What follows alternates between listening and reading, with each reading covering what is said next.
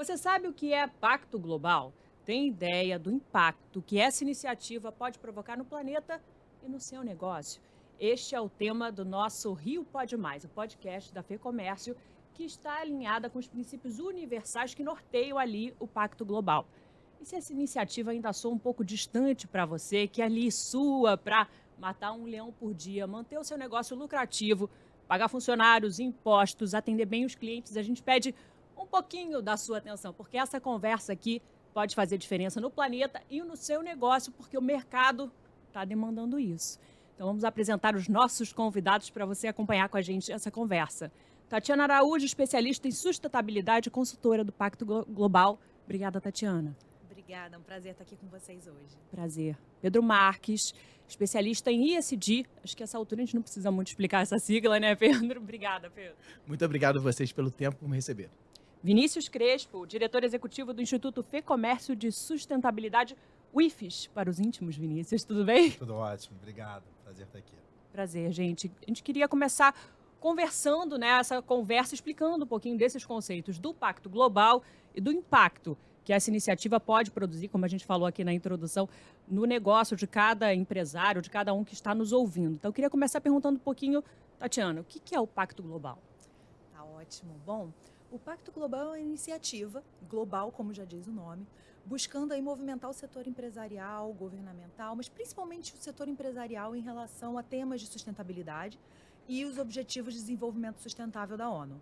Então, bom, essa é uma agenda 2030, é uma agenda que foi coletada aí de sociedade civil, de empresas, de governos, entendendo o que a gente busca por um mundo melhor.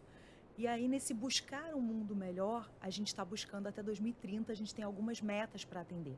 E o pacto surge nesse contexto para poder auxiliar o setor empresarial a desenvolver ações para trabalhar esses desafios que cada empresa tem, né, para conseguir ajudar junto à sociedade melhorar um pouquinho o nosso dia a dia. Em termos práticos, como é que isso funciona, Pedro? Para mim é como se fosse um grande direcionador. A gente sabe que tem uma série de objetivos que nós precisamos buscar, porque eles são objetivos que são muito até óbvios quando a gente vê tudo que está acontecendo de mudança climática, chuvas, enchentes. E quando você vê o que a ONU coloca ali nos 17 objetivos, são coisas que acho que ninguém vai dizer que é contra. E que muitas vezes eles falam, nossa, mas a gente já faz isso aqui no dia a dia. Eu sou contra, eu quero eliminar a pobreza da forma que eu puder, eu quero melhorar o meio ambiente, eu quero ver a vida na terra, a vida na água, mas como eu faço isso de uma maneira prática? Como eu demonstro que estou fazendo isso? Consigo medir se estou fazendo bem ou estou fazendo mal? Aí que entra o Pacto Global nessa história, porque ele te dá regras do jogo, regras claras do que você pode fazer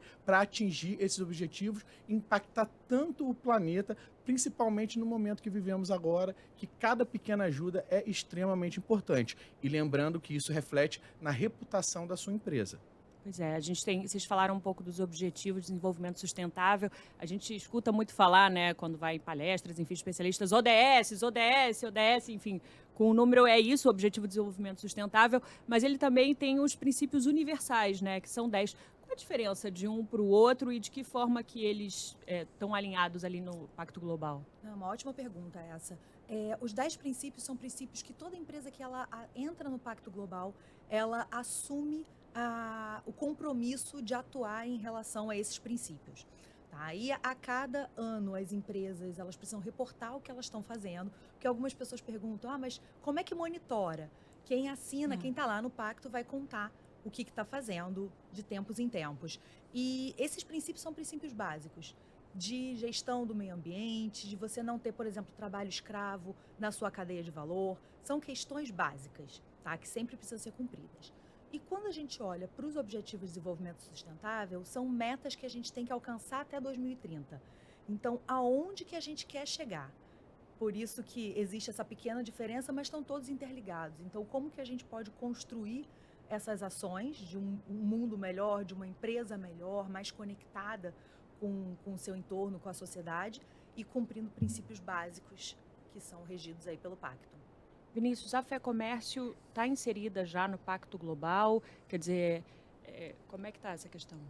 A FEComércio, desde seu surgimento, ela é inserida no pacto. A gente é signatário recentemente, mas a gente é inserido desde da carta do SESC, quando surge para poder atender questões sociais. O SENAI, que é uma referência, nota máxima no MEC, então sempre surgiu, e a FEComércio com políticas públicas. Nós temos 2 institutos, que é o de pesquisas e análise, que é o IFEC, e o de sustentabilidade, que é o IFES. Então a gente sempre vem desenvolvendo, e hoje o Pacto dá uma oportunidade para a gente demonstrar tudo que a gente já faz. Então isso é uma grande vantagem que a gente tem, e é evidente, reconhecido pela ONU, signatários com selo da ONU, isso nos garante um outro local. Mas o setor empresarial tem uma responsabilidade muito grande, né? Enquanto engajador, enquanto impulsionador dessas práticas, e isso a gente já sempre fez, e hoje, como signatários, dá a gente uma força, uma visibilidade ainda maior. Nesse momento, o que está acontecendo? Vocês estão recebendo, quer dizer, para vocês dimensionarem, né, e conseguirem entender e elaborar os números de ações que já vêm ocorrendo, qual é o processo? O que acontece? Tem uma consultoria? Como é que isso se dá na prática? O processo inicia com uma inscrição. Nós fazemos uma adesão, né? É feita essa adesão, há uma análise, e aí feita essa análise, nós somos signatários. Signatário significa que a gente vai atender todas as demandas que a ONU impõe em relação a esse compromisso do Pacto Global. E o que a gente já faz há muito, né? Então, vou te dar um exemplo: o SESC tem o maior programa de segurança alimentar do país, um dos maiores do planeta, onde a OCDE nos procurou para publicar o que é feito pelo Mesa Brasil e hoje o Mesa no Campo, que é uma recuperação de alimentos, onde a gente destina a alimentação a quem falta, um local que não tem uma melhor condição para isso. Então, isso já é feito, né? Hoje, a gente, pelo IFES, o IFES é um Instituto FEComércio de Sustentabilidade, é o primeiro instituto de sustentabilidade vinculado ao Sistema S e que ele tem uma personalidade jurídica própria. Isso permite que a gente tenha modelos de negócios diferentes que SESC, SENAC, FEComércio ou qualquer outro sistema não poderiam ter. Então, a gente tem modelos de negócio hoje em tecnologias verdes que a gente vem avançando e que nos deu uma condição do Ministério do Meio Ambiente nos procurar para entender o que o varejo do Rio de Janeiro vem acontecendo. Um exemplo é uma máquina hoje que a gente tem, chamada Retorna Machine, que ela recebe 6 tipos de resíduo. Nós pagamos os catadores pelo serviço ambiental, que é a destinação desse resíduo até a reciclagem, e o consumidor que entrega o resíduo acumula pontos e troca esse ponto por dinheiro. Então, esses são exemplos que a gente faz, existem muitos outros, mas situações que a gente já vem realizando hoje, mas que são exemplo dentro dessas medidas do Pacto Global. Aí vale até uma observação, um destaque, né? Nesse carnaval, vocês foram parar no livro dos recordes, no Guinness, por uma ação também ligada à sustentabilidade, né? Sim, nós fizemos um programa chamado Recicla Sapucaí. Foi a nossa primeira participação na Sapucaí e nós já entramos com o Guinness, né? Reciclamos 9 toneladas de lata só dentro da Sapucaí nos dias de desfile, mas tinha um grande papel também ambiental, além do ambiental, um papel social muito forte, que era a dignificação da atividade do catador. Nós contratamos 108 catadores, pagamos diária, pagamos alimentação, transporte, tudo que um trabalhador normal precisa, mas que o catador não tem, essa dignidade desse trabalho. E a gente trouxe isso e ofertamos também um serviço dentário durante o ano para esses 108 catadores, onde apenas 2 tinham ido ao dentista. Então, a gente tem essa questão social, sempre foi nossa condição, que é o SG, né? Que é o ASG, né? É o ambiental, o social e a governança disso tudo é vinculada, e a gente ganhou o Guinness do Recicla Sapucaí. Pois é, a gente viu agora, portanto, várias iniciativas, né, que o sistema se já tinha realizado, mas que agora você entende estão sendo dimensionadas para, de fato, né, entrarem ali numa padronização, enfim, do Pacto Global. Isso acontece com outras empresas também, né, gente, que vocês visitam, vocês consultores. Queria que vocês falassem um pouco isso para quem, de repente, quem está ouvindo a gente fala, pô, mas eu já tenho isso que eu acho que pode encaixar. Como é que eu faço? Eu já posso falar que eu sou signatário do Pacto Global? Existe um processo formal? Você entra? Como é que é? Bom, existe todo um processo formal, mas acho que como uma primeira iniciativa, enquanto você estava falando sobre as iniciativas, né, do FEComércio, eu já identifiquei aí os objetivos de redução de fome, de saúde da sociedade, de produção e consumo sustentável. Então, várias iniciativas que a empresa já faz, muitas vezes ela pode estar alinhada aos objetivos de desenvolvimento sustentável. Então, ainda que essa empresa ela não possa participar de forma direta, uma primeira sugestão que eu colocaria é olhar as metas dos ODS e começar a entender qual é a sua forma de contribuição em cada uma delas.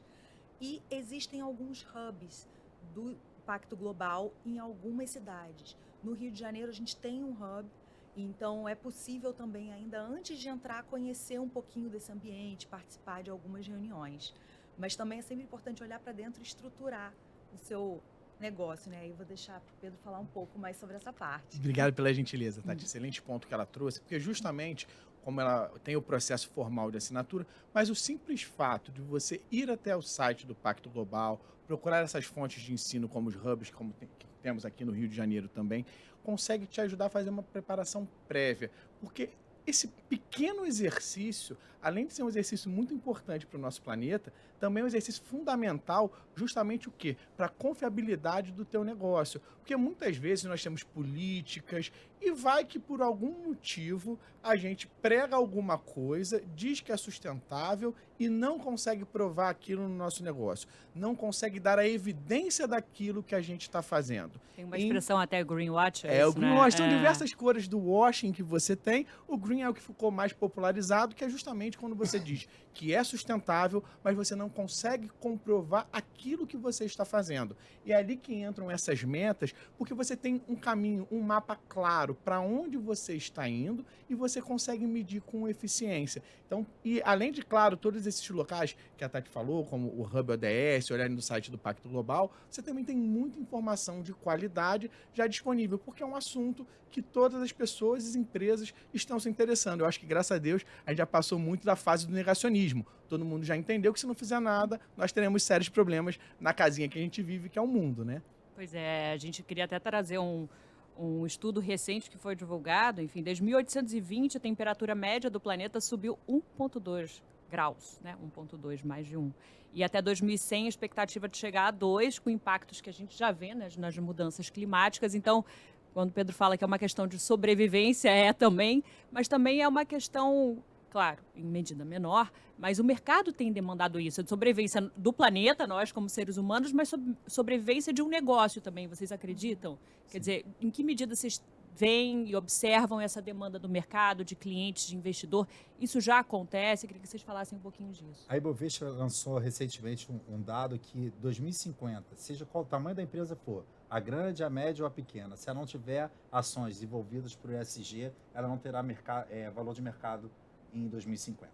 Então, isso não é mais uma condição, tirando a questão subjetiva, que para mim é muito objetiva, que é a necessidade de termos o planeta. Se você não tiver um planeta, não adianta você ter um negócio, mas independente disso, hoje é uma questão de mercado. Se você não tiver investido em ações que garantam essa condição, você não terá nenhuma rentabilidade de retorno ao seu negócio. E uma pesquisa nossa do IFEC apontou que hoje o consumidor está disposto a pagar mais caro por um produto sustentável.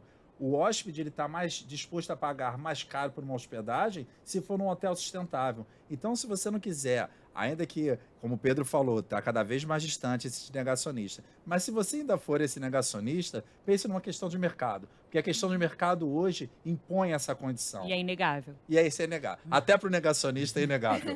Né? Então, existe esse ponto hoje que, assim, pense, o desenvolvimento econômico só vai ter sentido se ele tiver como alicerce desenvolvimento sustentável.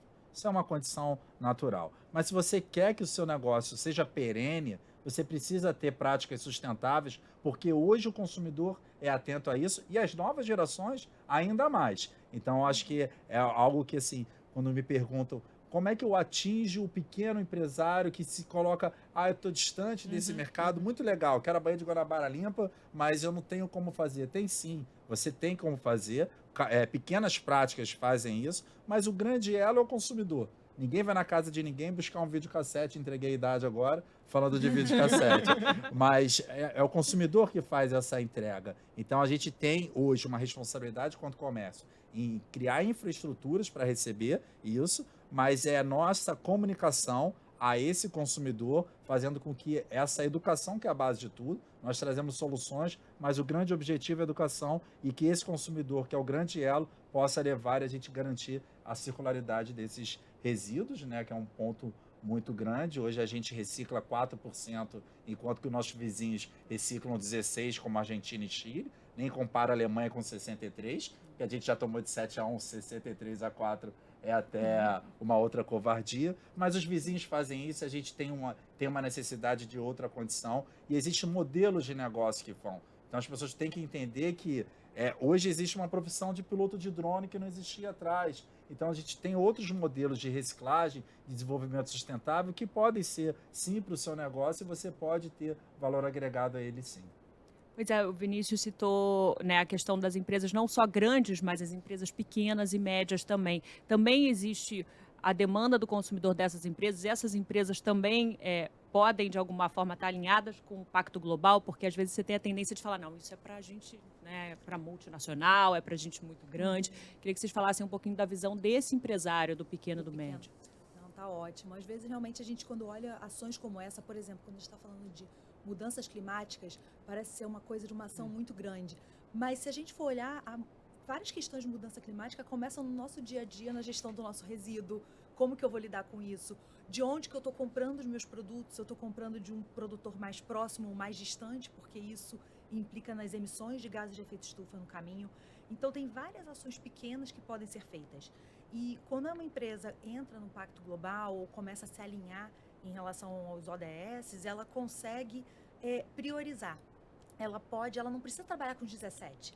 Ela vai olhar dentro de todos aqueles dos 17 ODS, aquele que é mais importante para ela, que ela pode fazer maior diferença, focar naquilo. E aí sim, trazer números, começar a medir, para poder contar até para o seu consumidor, né? Olha, quanto que a gente economizou aqui de material, quanto que a gente reduziu de resíduo ou reuso de água. Pequenas ações podem ser vistas nesse sentido. E como estamos nós, Rio de Janeiro? A gente viu a FEComércio RJ como pioneirismo na criação do Estudo de Sustentabilidade, mas e o mercado como um todo? A gente tem tido um grande crescimento, Tati me corrigindo o dado se eu falar besteira aqui, mas salvo engano nós somos a terceira maior rede do mundo do Pacto Global, ou seja, o Brasil tem um papel de protagonismo e estamos aí caminhando para ser rapidamente a segunda, acho que está muito próximo com relação a isso. Isso demonstra o nosso compromisso com sustentabilidade. E eu diria que isso vai até além, porque quando a gente fala muito de sustentabilidade, ações climáticas, a gente não pode esquecer que é sobre pessoas. São as pessoas que vão tomar as atitudes que vão nos levar ao caminho de executar os objetivos do desenvolvimento sustentável. Então, o primeiro momento ele é a conscientização. E eu acho que é justamente nesse momento que as pequenas e médias empresas são super aliados nossos. Por quê? São milhares de empresas, cada uma com quantidade, claro, menor de funcionários do que uma grande corporação. Mas se você faz uma análise da empregabilidade, da quantidade de emprego que eles geram, o impacto que em conjunto eles podem representar é formidável. E no dia a dia, como a gente falou, qual vai ser a diferença que eles vão ter na empresa deles? Eles vão ver justamente lucratividade, como o Vinícius falou, para afastar muito o que é negacionista. Hoje já é dado público, geração X, ela procura marcas que respeitam valores que ela também prega. E quais são os valores que elas pregam? Anti-homofobia, antirracismo, anticapacitismo. Então, ninguém mais quer viver com isso. E, claro, a gente sabe que a educação demora algum tempo para ela começar a ter o resultado em prática. E essa geração X é a primeira geração que tem o resultado em prática de uma educação inclusiva. Isso vai refletir justamente no seu hábito, que vai corroborar com uma ação que pode ser uma coisa simples, como, por exemplo, o consumo de um aerosol, coisas menores. Mas quando você agrupa isso, o poder é muito forte de mudança. Então, a pequena e a média empresa, muito pelo contrário, elas são alvo do Pacto Global, elas têm que estar ali, porque é como se fossem diversas milhares de pequenas famílias que têm a sua cultura e o seu ambiente, e que eles se certificam que dentro da sua cultura e do seu ambiente valorize aquilo que a ONU prega no Pacto Global. Verdade. Quem tem convive com filhos, sobrinhos, né? Você falou da geração X, vê isso na prática, no dia a dia. Quer dizer, se o mercado já está demandando, a tendência é que essa demanda cresça à medida que essa geração vai se empoderando e fortalecendo até economicamente, né? Vinícius, queria que você compartilhasse com a gente um pouquinho. Você acabou de voltar de uma viagem que está muito alinhada com essa questão da sustentabilidade, do Pacto Global. Queria que você dividisse um pouco. Foi uma missão oficial? Como é que foi? Sim. Nós recebemos o convite da União Europeia, né, para participar de uma delegação brasileira que foi à França, em Paris e Lyon, e depois fomos à Dinamarca e Copenhague. Lá nós participamos na Prefeitura de Paris, falando sobre os Jogos Olímpicos, em especial o fim do plástico de uso único. né, como que eles estão se preparando para as Olimpíadas do próximo ano, como que eles estão trabalhando para essa questão, principalmente do plástico de fim, né, quiseram entender um pouquinho como que foram os nossos Jogos Olímpicos daqui do Rio, e aí a gente dividiu bastante, e eles estão com grandes ações nesse sentido em relação aos Jogos Olímpicos, de ser os jogos mais sustentáveis da história. Na sequência, nós fomos a Lyon participar da Polutec. A Polutec é a maior feira de sustentabilidade do mundo. Lá são 8 pavilhões, é algo que você precisa de uns 3 dias para conseguir caminhar por toda, e a gente e conhecemos várias tecnologias. A gente viu que a gente está numa infraestrutura muito parecida com eles. É evidente que a realidade financeira deles é muito diferente da nossa, né? Como eu falei, até uma covardia a gente trabalhar, mas a gente viu que a gente tem tecnologias hoje, por exemplo, a gente tem uma máquina aqui, nossa, chamada Rescend. Ela transforma o vidro em areia em 3 segundos, e essa areia ela vira para a construção civil, ou para, se tiver fábrica de vidro, ela volta a ser vidro. Isso é uma tecnologia que nós construímos e que lá não existe. Quando nós apresentamos isso, uau, é uma solução, mas é porque lá há um controle melhor, principalmente do vidro. Mas foi uma experiência muito, muito legal. E na sequência, nós fomos a Copenhague, e fomos recebidos na Embaixada do Brasil pelo embaixador Rodrigo Azeredo, e lá, mas aí é uma outra realidade também financeira, né? Eles têm só de desenvolvimento lá um fundo de 1,3 trilhões de euros para desenvolver ações. Então, quando você entrega, eles têm equipamento parecido com o nosso, de reciclagem de garrafas PET, por exemplo, mas uma garrafa PET restituída na Dinamarca, ela equivale a uns R$3. Então, você recebe R$3 de volta ao valor de uma garrafa PET, que hoje a gente é restituída aqui em algo de 10, 15 centavos. Mas é uma outra realidade, mas é algo que a gente viu que, assim, existe um hiato, mas não fez com que a gente não percorresse e alcançasse esse local.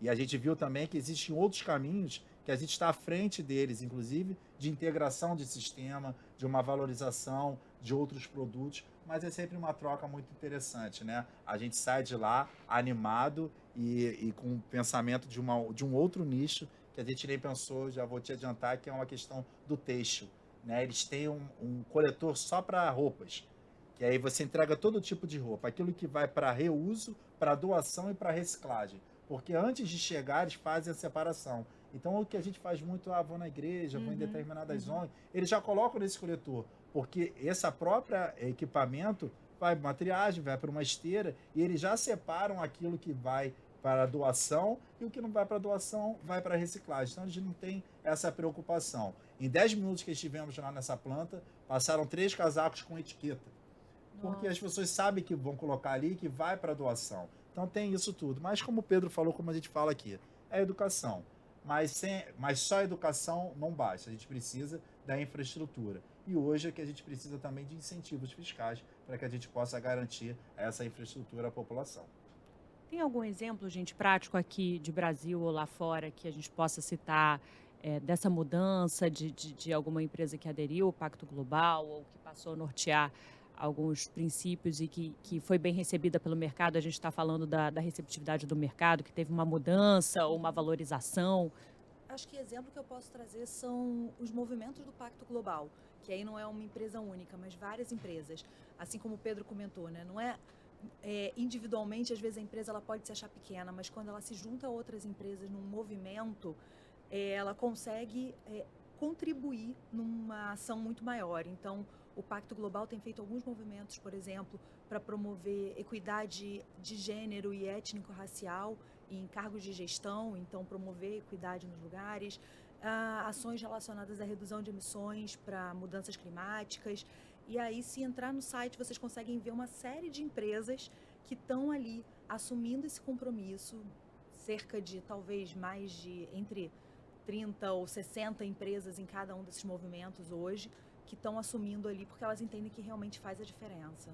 A gente já está chegando na parte final do nosso podcast. Muito assunto, faremos uma parte 2, quem sabe. Eu acho que a gente tem muito assunto e demanda para isso. E queria olhar um pouquinho para o futuro, só para fechar, pedir uma conclusão de vocês olhando para frente. Ano que vem, o Rio de Janeiro vai sediar o G20, né, o encontro das maiores potências do mundo. O mundo vai estar olhando para cá e eu queria saber de vocês se vocês acham que é uma oportunidade, de que forma que esse encontro pode impactar no que a gente está discutindo aqui de sustentabilidade, de agenda sustentável e dos princípios que norteiam o Pacto Global. Bom, posso começar então. Eu entendo essa como uma grande oportunidade que a gente tem de avaliar, de mostrar o que a gente tem feito, cada uma das empresas. Então, é o momento de olhar para dentro, identificar as suas práticas, ver também o que pode melhorar um pouco mais. E se a empresa ela não souber muito por onde ir, alguns números, só para ter uma referência, né, no Pacto Global, globalmente são mais de 13 mil empresas que estão no movimento. São 70 redes locais. No Brasil, tem mais de 1.200 organizações envolvidas. Então, é um grupo de pessoas muito grande trabalhando isso. E ali você consegue networking, você consegue se conectar para poder trazer, na verdade, uma leitura, uma forma de comunicação melhor, às vezes para ações até que você já está fazendo. Então, você olhar para dentro e falar, bom, o que eu estou fazendo? Isso aqui está conectado com qual ODS? Como que eu posso mostrar isso de uma forma melhor? E eu acredito que cada vez mais esses movimentos, quando vêm para o Brasil, como a Eco 92 lá atrás, são momentos onde a gente para analisar e tem os olhos do mundo voltados para a gente. Então, é uma super oportunidade da gente mostrar o potencial do Rio de Janeiro em relação a isso. Você concorda, Pedro? Se a gente já está falando muito disso, a tendência é que o assunto... Com certeza. A Tati colocou muito bem, e aqui eu pego carona num ponto do Vinícius. Quando a gente fala da próxima reunião do G20, a gente vive um momento único. O Brasil na presidência do G20, conseguindo ditar um pouco mais dessa agenda, e faço muito bacana a comparação que Tati fez em 92, que foi um divisor de águas, quando nós recebemos aqui a Rio 92. Nós temos a oportunidade de já um país mais maduro, um país com um olhar muito mais atento à questão social e ambiental, nós evoluirmos e propormos para o mundo nos acompanharem nesse movimento. Lembre-se, somos a terceira maior rede do Pacto Global, caminhando para ser a segunda, nós estamos ditando o ritmo. Não existe conversar sobre o clima, não existe conversar sobre sustentabilidade, não existe conversar sobre social sem o Brasil à mesa. Então o Brasil tem que assumir cada vez mais o seu protagonismo nessa agenda, e nós temos feito isso com entidades fortes, como a FEComércio aqui no Rio de Janeiro, ajudando todo o segmento das pequenas e médias empresas, toda a parte do comércio de bens e serviços, ali a movimentar e escrever uma nova página dessa história de um mundo mais sustentável. Porque a palavra sustentável é justamente garantir que estaremos aqui. Então é uma pedra básica para a gente construir uma nova história e melhorar o que a gente está fazendo. Vinícius, o que vem por aí?